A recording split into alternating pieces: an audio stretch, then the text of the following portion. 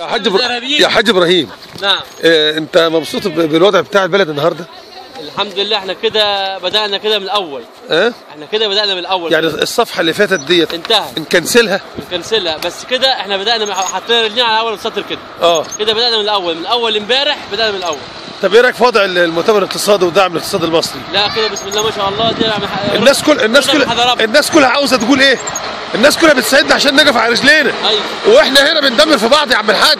ما ربنا ينتقم منهم، بس كل ما يدمر في مصر ربنا ينتقم منه. امين يا رب، امين. وبعدين الفضل يرجع لربنا سبحانه وتعالى. والسيسي في المؤتمر ده.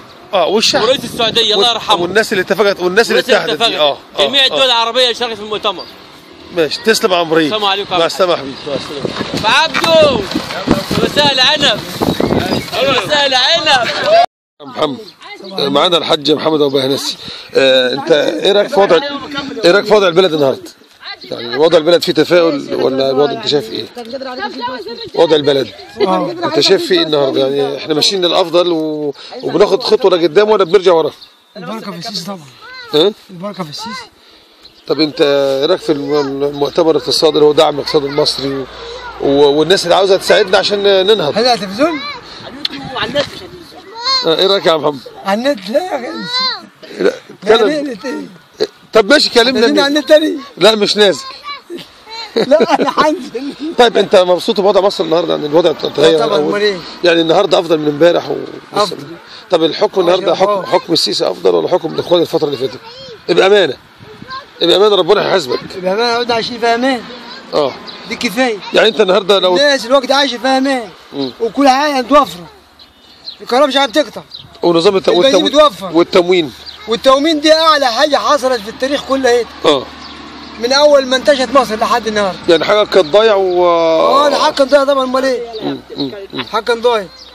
النهارده انت عندك بطاقه تموين بتروح تجيب بها عيش وبتجيب بها تموين، مش بتدفع فلوس ولا واحد على 100.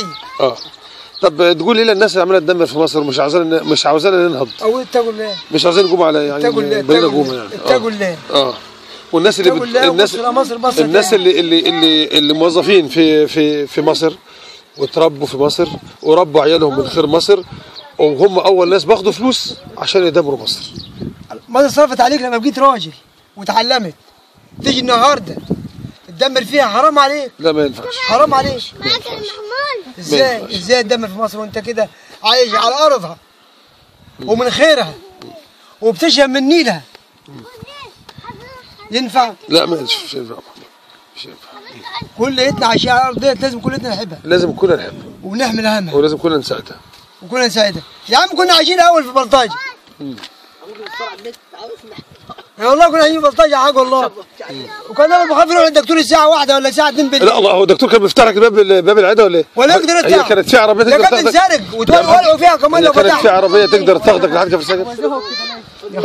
النهارده عاد افضل من الاول. النهارده عاد في امان. ممكن تبقى رايح مشوار متاخر، عارف ان انت اتاخرت ساعه 2 3، عارف ان في طريق سليم. الطريق بتاعك سليم.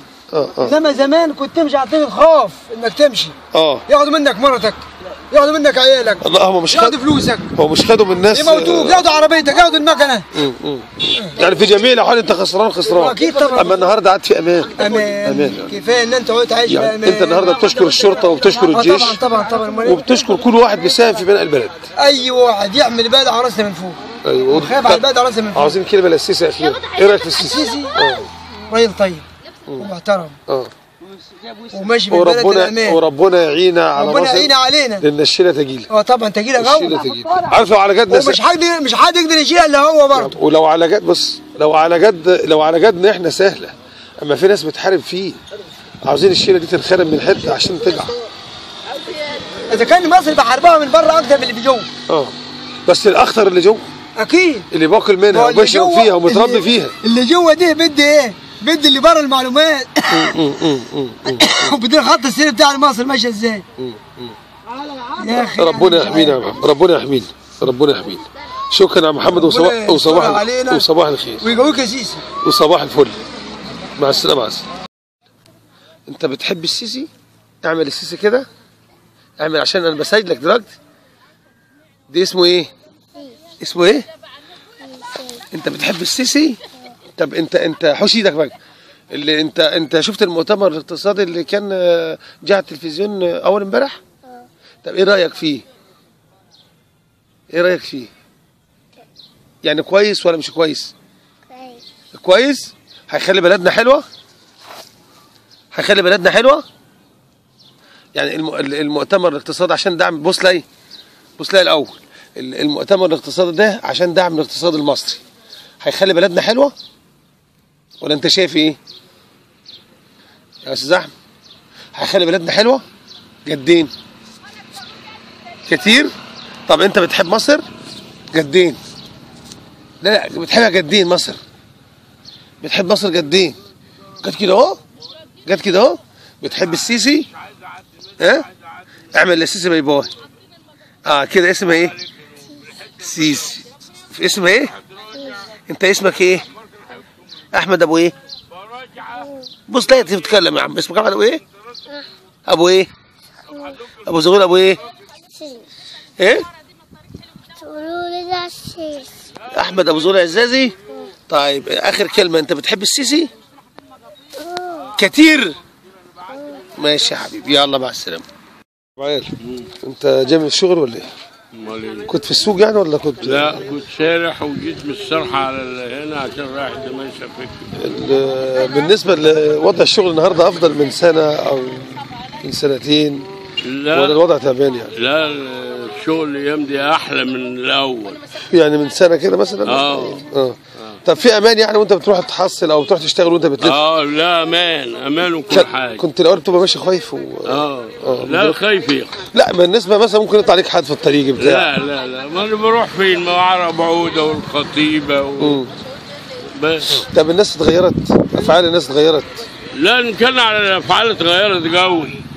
لا الأسوأ ولا الأحسن؟ لا أحسن وفيها أسوأ وفي كل حاجة. يعني في جميع الأشكال يعني. أمال إيه؟ طب مش يعني أنت بالنسبة لوضع السيسي النهارده والمؤتمر الاقتصادي اللي عمله محترم والله. يعني أنت حاسس إن البلد بدأت بدأت تتنافس شوية؟ أيوه في تحسن؟ الناس بدأت تشتغل تشوف مصالحها. أيوه أمال إيه؟ بدأ يبقى في أمان، بدأ مش في بلطجية. صح. بدأ كل حاجة تبقى متوفرة. صح. طب بالنسبة للتموين إيه رأيك فيه؟ وضع التموين الجديد ان لو لك عيش وما مش عاوز تاخده النهارده بنضيف لك على التموين يعني. صح. الوضع ده افضل يعني من الاول ولا ايه؟ احلى من الاول 100 مره. يعني من الاول بندفع 20 30 وبناخد كيسين رز وجازتين زيت ومش عارف ايه. النهارده دلوقتي لان الاول النهارده بقى مش بتدفع. النهارده بندفع 4 جنيه 3 جنيه ونص 3 جنيه. وبالاضافه لو انت مثلا في يوم مش فاضي وما رحت جبت عيش عارف ان حقك محفوظ. طبعا. امال ايه؟ يعني نرجع نقول ان البلد بدات تتحسن وبدات تبقى افضل يعني. صح. لا يخلي السيسي يا رب. ايه؟ والنبي. النبي لا يكسبه في صحته يا رب. ربنا امين يا رب. طب بتحب تقول حاجه كده قبل ما نختم معاك؟ اي حاجه عن اي حاجه. حاجتي انا اقول ايه؟ في اي حاجه. هو لا اي حاجه ولا محتاج. انا كده حلوين وخلاص. بس ماشي يا عم الحاج، ماشي يا عم بس.